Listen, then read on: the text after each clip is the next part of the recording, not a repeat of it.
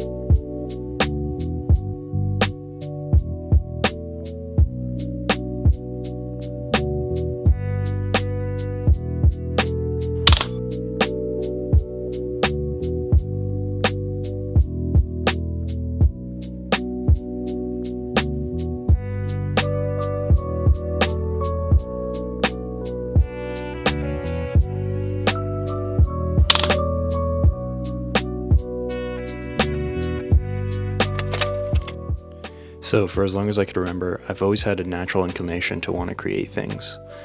Because of this, I had great admiration for anyone who's advanced in any sort of creative field, whether it be photography, drawing, painting, tattoo artists. I also spent a lot of time just making things for the pure joy of it. Throughout my entire development of elementary school, and middle school, I would draw for hours and hours on end. It was a way to get out of my head and just clear the chatter. Because if I found a project or a drawing I really enjoyed, I could really lose myself in it, and that was the feeling I was chasing.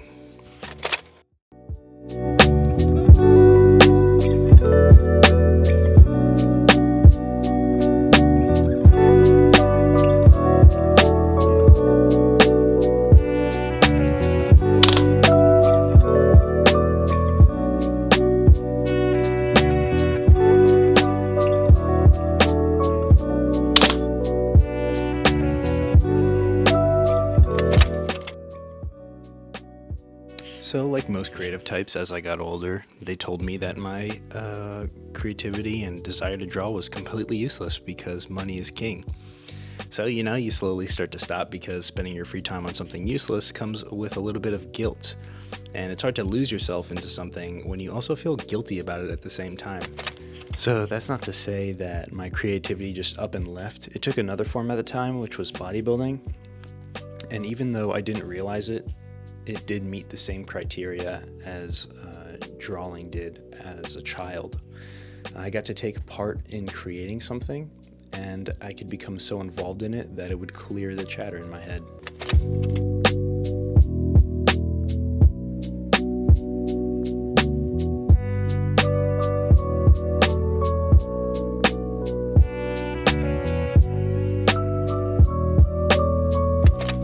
After a few years of bodybuilding, I started to grow out of it because of how two-dimensional it was. There's really not a lot of room for exploration or expression. You're kind of just making one thing, and once you make that one thing, you maintain that one thing. So around the time I was growing out of it, I discovered photography. One of my friends went on a cross-country road trip, and he was super into photography, and in my eyes at the time, he was pretty much a professional photographer.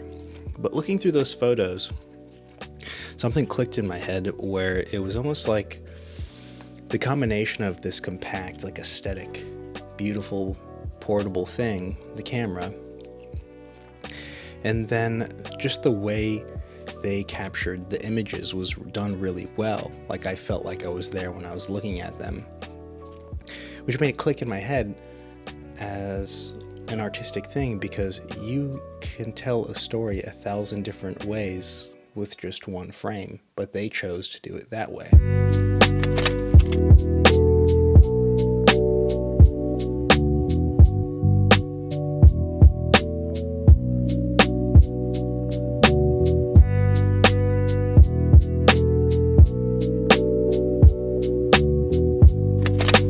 fumbled around with my Sony for about a year, taking all kinds of beginner photos you'd expect a beginner to take. But something about it really didn't click with me. It was a mix of a lot of things being automated, super clean and clinical. The look of the photos weren't appealing to me. This large learning hump and intimidating software of Lightroom and Photoshop, and not really knowing my style. The combination kind of scared me away, and I put it down for a really long time after.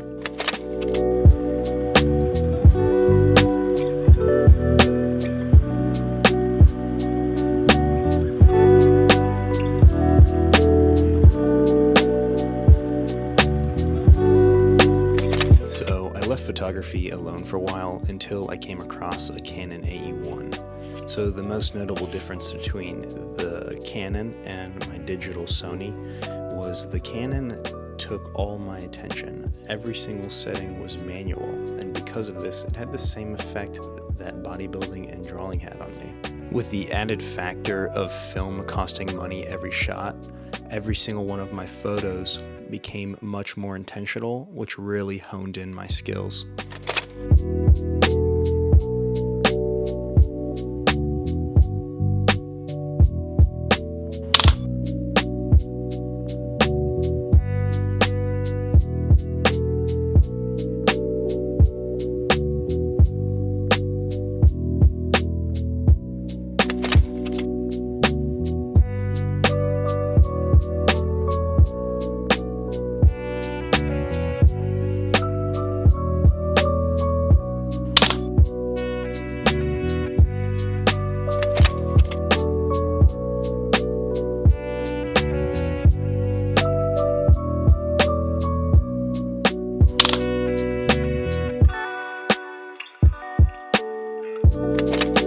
So being in the photography community for a while now, you start to pick up on the subcategories of photographers. The reason I enjoyed film photography was because you kind of tend to find the most artistic individuals, and I think that's tied to the fact that everything is so hands-on and tactile. You never really see a photographer with a digital camera following the Mississippi River and capturing the culture behind this river and then turning it into a photography book. That's a film photographer thing. Or a photographer who lives in New York and spends years doing street photography and then curates thousands of photos and then makes one book out of it. These types of things really resonate with me, pouring myself into one topic, creating something I can be very proud of and leaving some sort of legacy.